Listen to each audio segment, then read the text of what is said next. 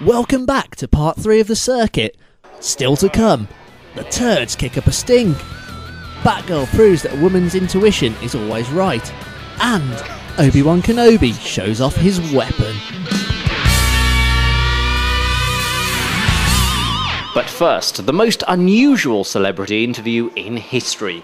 You've seen Knightrider interviews before, but never like this. With rumour of a new Knightrider movie in the pipeline, I couldn't resist grabbing a rare interview with the real star of the show. Well, this is one of the most exciting moments of my life. I actually get to meet KITT. Hello, Tim. Thank you for inviting me. It's good to be here. Now, KITT, there's rumours of a new Knightrider film. I'm sure that's coming out soon. Are you going to be in that film? Really? Knightrider wouldn't be Knightrider without me, Tim. I'm not allowed to say much about my new appearance, but I'll definitely be in the new movie. There's rumours that they didn't want the car to talk.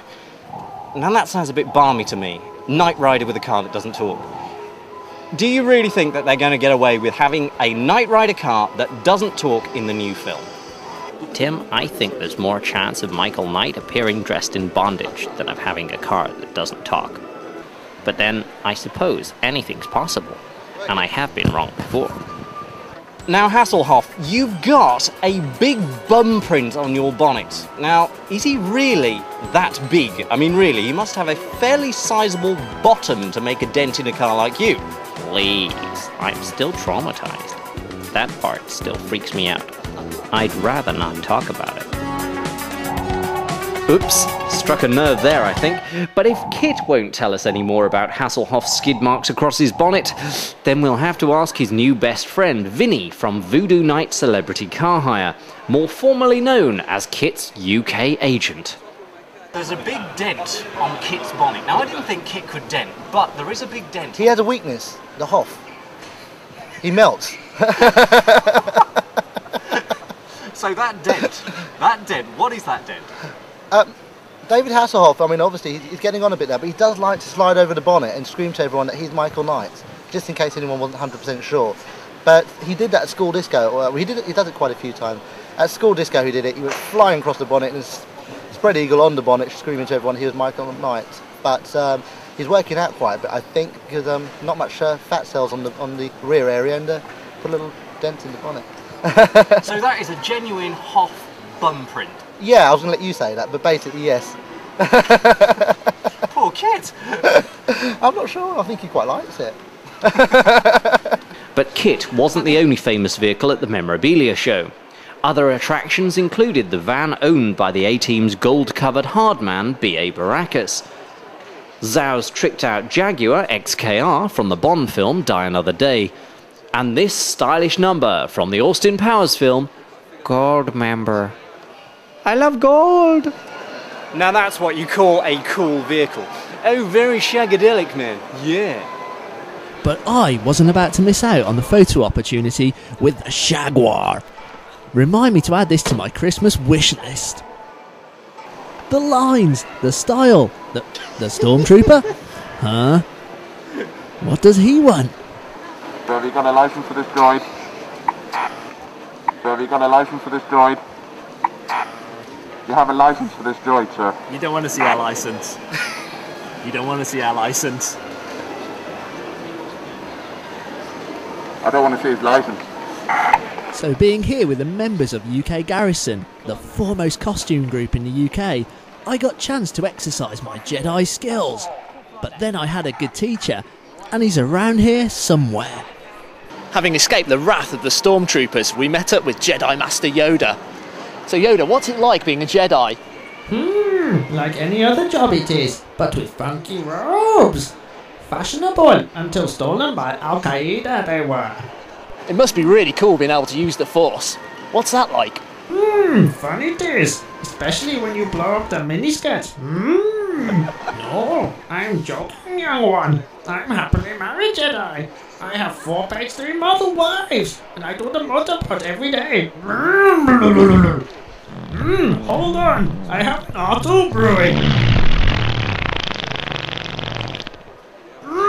The Force was strong in that one. The views, opinions and bottom burps expressed by Master Yoda in this interview in no way constitute the views of George Lucas or Lucasfilm and do not imply uncontrollable flatulence of any party therein. In fact, we're not even certain that this is the real Yoda, so please don't sue us. That Yoda, always joking. What a character, eh? But although I love Star Wars as much as the next man, I prefer my interviewees to be a little less flatulent, and actor Dean Mitchell, alias Galactic Senator Kalhai Manuju, appeared to have his bottom well under control. Therefore, I dared to ask him about his experience on the set of Episode 3, Revenge of the Sith. I was there with the head off my costume, and George Lucas was there with his first assistant director. They must have been talking about the shot or something. And his first AD wandered off, and then George turned round, came up to me. I was kind of, and he was like, "Oh, are you okay? You know, can you see all right out the costume? You're comfortable?" And I was thinking, "Oh, nice guy, nice for him to ask." So, pretty much, he said, "Okay, come back here. You know, we're going to start this one on you." And I'm thinking, "Oh my God, this is, you know, a total dream to work on Star Wars, and you've got George Lucas, you know, your childhood hero, and many billions of people throughout the world's hero, and he's telling me he's going to start the final Star Wars film, the shot of this scene, on me." But Star Wars is only one of Dean's many production roles, though he does seem to have a passion for sci-fi and has appeared twice in Doctor Who, as well as owning his own time-travelling DeLorean. How cool is that? It's cool, alright, but not as cool as our next guest. The one, the only, Chewbacca! He may look like Chewbacca, but due to international copyright laws, he's not. Of course. Yes, he is. No, he's not. He's a random hairy person from Monster Carnivals. Dream on, Kim. I know a genuine Wookiee when I see one. So anyway, I asked Chewbacca how difficult life had been since he came to Great Britain. Hang on a minute, we must have some better translation software than that. That's rubbish.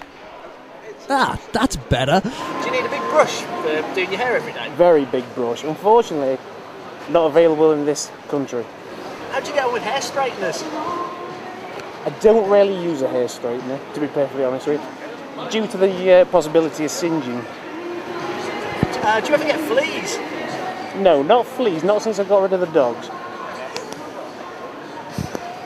What did you think when Anakin went to the dark side? Terrible, terrible state of affairs. I said to his mother, well, I didn't actually, but thought communication. I said to his mother, terrible state of affairs. You really ought to have brought the young boy up a bit better. It's all Ewan McGregor's fault.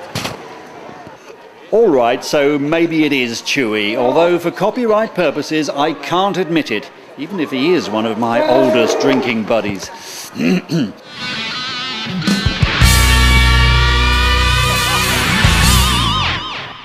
Still to come, Batman and Batgirl make an entrance. Christian Simpson talks about his role in Star Wars Episode 3. Also, there's that little kid inside you going, George Lucas just called me Anakin, oh my God.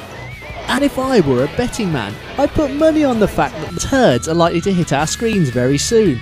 Turdtastic, baby. All this and more when the circuit returns.